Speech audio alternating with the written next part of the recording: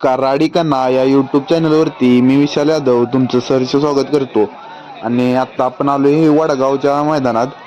आणि या मैदानात आत्ता सेमीसाठी सगळी बैलं खाली निघाली. त्यांना आत्ता तुम्ही बघताय बक्कासूर आणि मैब्या सेमीसाठी खाली निघाली ती. आणि आपण आता सुट्टीचा थरार बघणार आहे बक्कासूरच्या आणि मैब्याचा. तर आता बक्कासूर आणि मैब्या सुट्टीसाठी सेमीसाठी खाली आली ती. आणि आता त्यांची सुट्टी कशी करतात ते आपण बघणार आहे.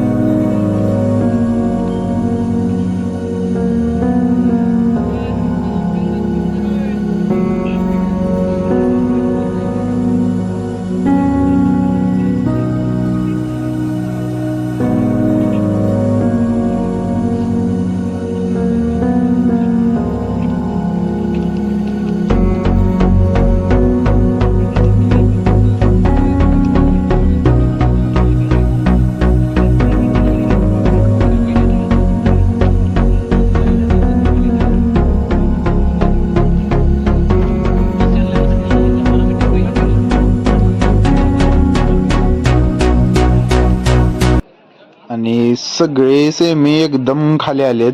सगळे सेमी एकदम सुटणार असल्यामुळं पब्लिक पण जास्त आहे, गाड्या पण जास्त आहेत. आणि बक्कासूर आणि मैब्या एकत्र पळणार आहेत म्हणल्यावर पब्लिक तर खूप आले. आणि एवढ्या पब्लिक असून पण शेजारी हे दोन्ही पण बैल इतकी शांत आहेत, संयमी आहेत.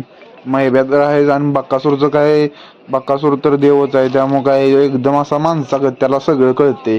कुठं शांत उभा राहायचं आहे, कुठं पळायचं आहे, त्यानुसार तो एकदम एवढ्या पब्लिकमध्ये पण एक सुद्धा असा हालचाल करत नाही किंवा काय सुद्धा असं मारल्यागत करत नाही.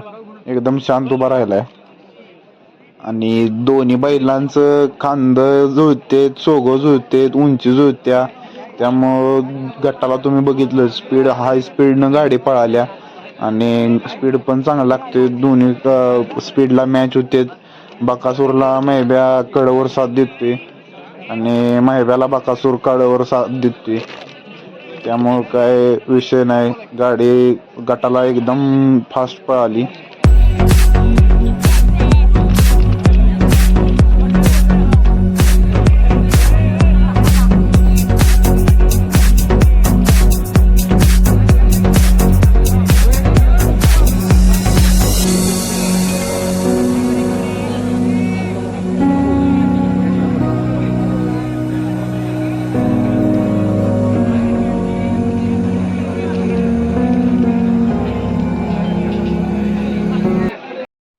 आणि बक्कासूरची मैब्याची सुट्टी बघून मला हे जाणवलं की जेवढी बैल खाली सुट्टीला शांत उभा राहतील तेवढी गाडी पुढं ओढून लागत्या, चांगली पुढं जाऊन पळत्या.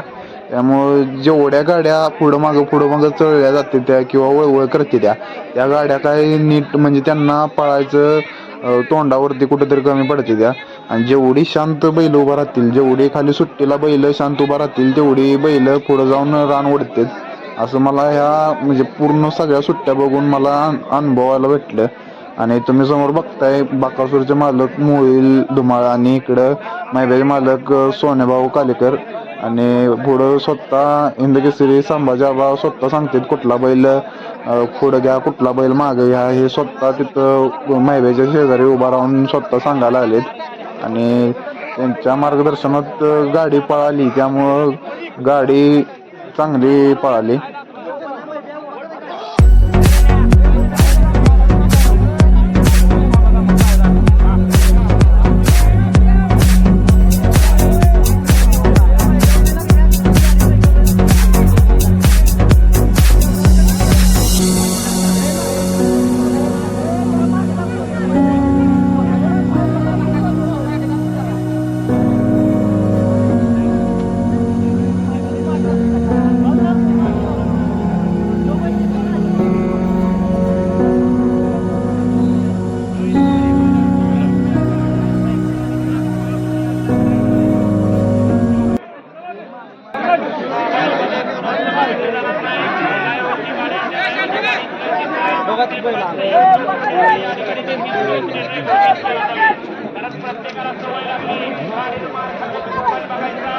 योगा चालू